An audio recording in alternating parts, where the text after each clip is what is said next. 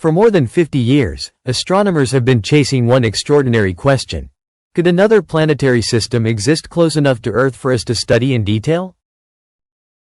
Few places have attracted more attention than Alpha Centauri. Located only a little over 4 light-years away, this neighboring star system has always seemed like the perfect place to search.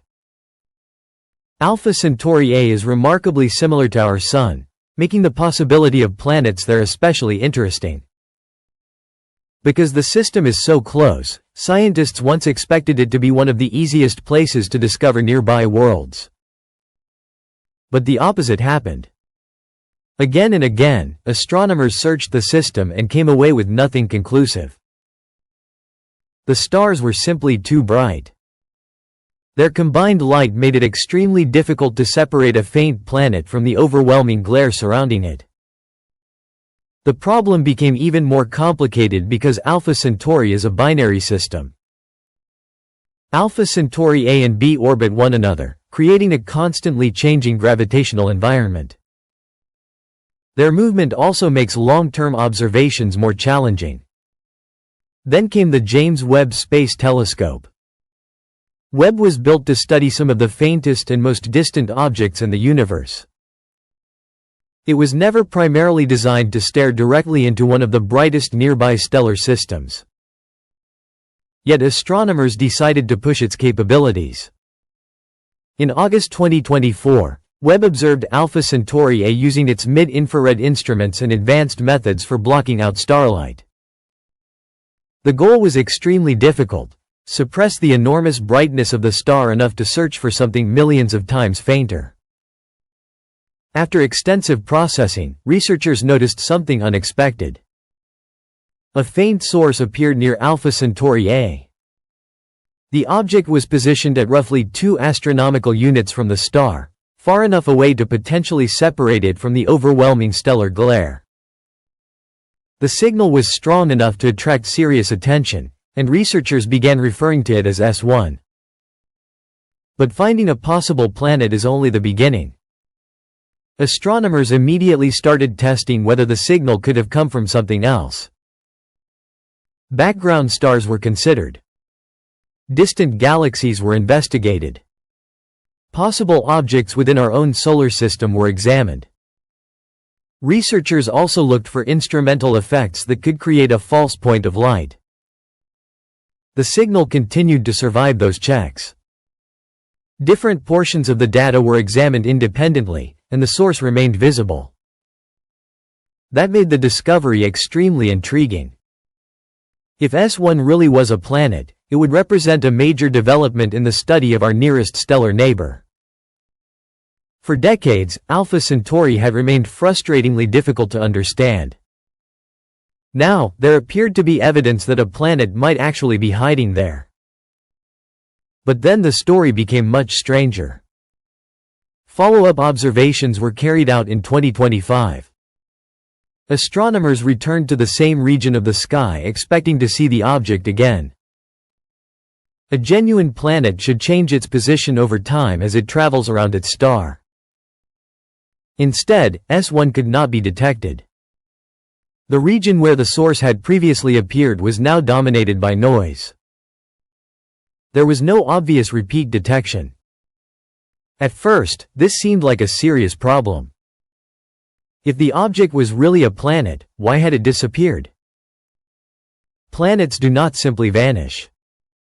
Their motion is governed by gravity, and their positions can be predicted. A disappearance like this immediately raises questions about whether the original detection was genuine. Researchers were left with several possibilities.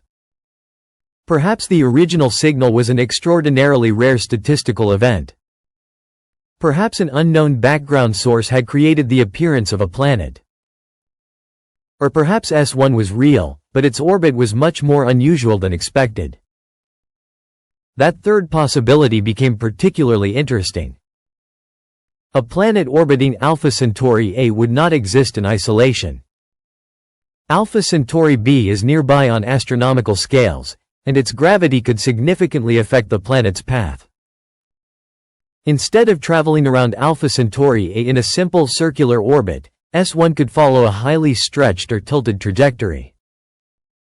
Such an orbit could explain why the object appeared during one observation but became extremely difficult to see during later observations. In this scenario, S1 would not actually have disappeared. It would simply have moved into a region where Webb had difficulty detecting it. That possibility creates an unusual situation. The same orbital behavior that makes the planet difficult to observe could also explain how it might survive within the complicated gravitational environment of Alpha Centauri.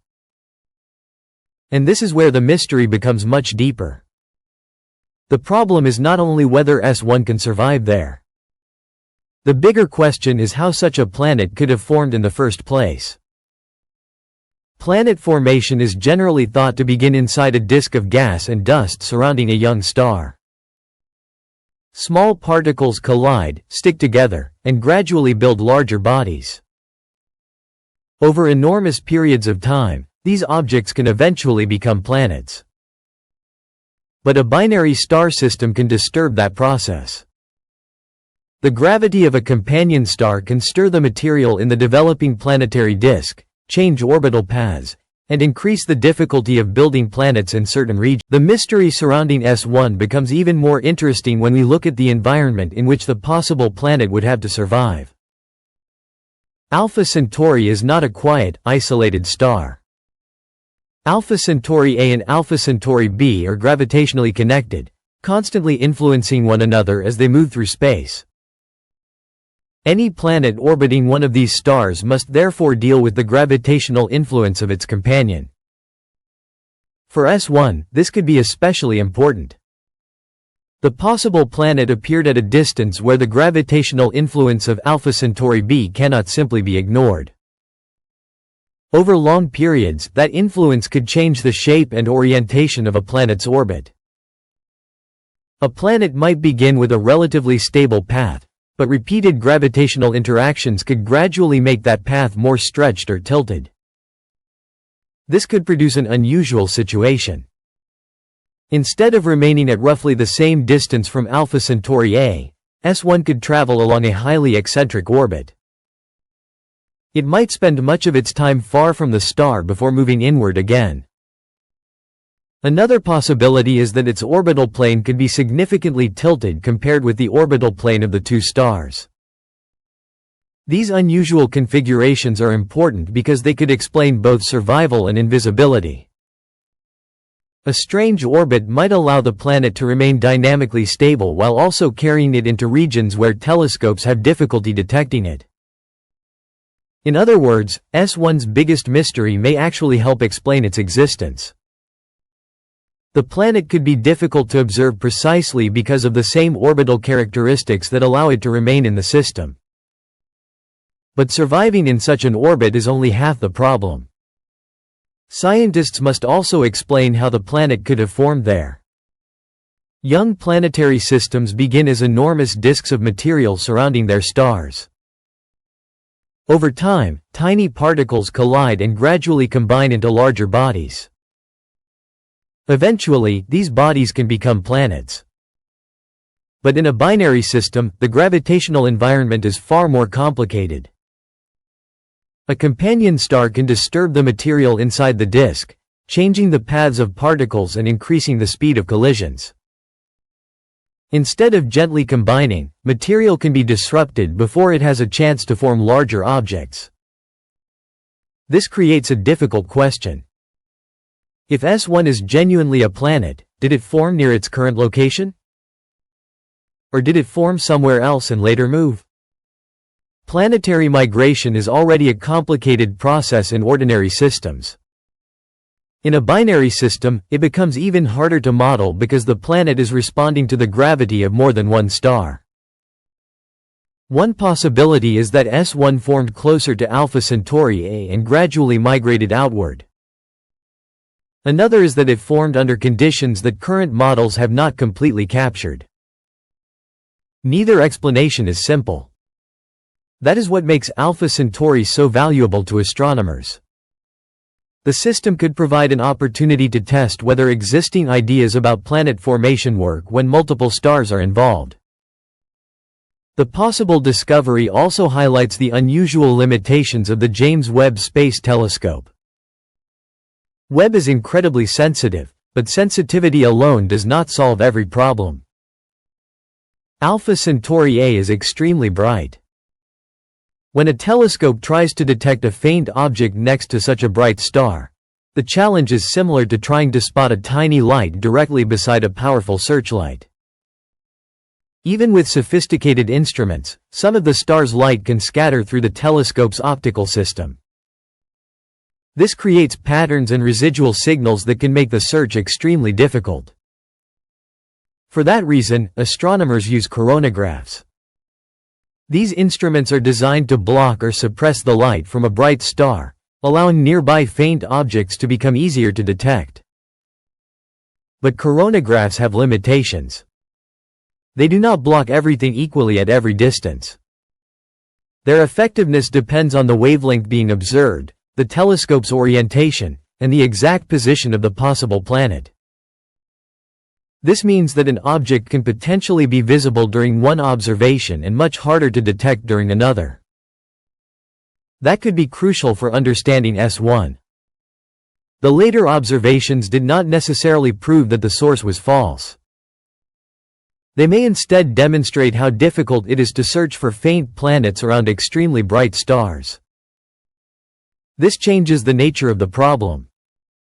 Astronomers are no longer simply asking whether a planet exists. They are also asking whether their instruments can reliably see it at every stage of its orbit. If S1 is real, future observations will need to carefully account for its possible movement. Researchers could search at orbital positions where the planet is expected to move farther away from the star's overwhelming glare. They could also use different observing techniques to determine whether the original source can be recovered. A successful repeat detection would be enormously important. It could transform S1 from an intriguing candidate into a much stronger planetary case. But even if S1 is confirmed, there would still be another question. What kind of planet is it? Based on the proposed detection, S1 would most likely be a large planet rather than a small rocky world similar to Earth.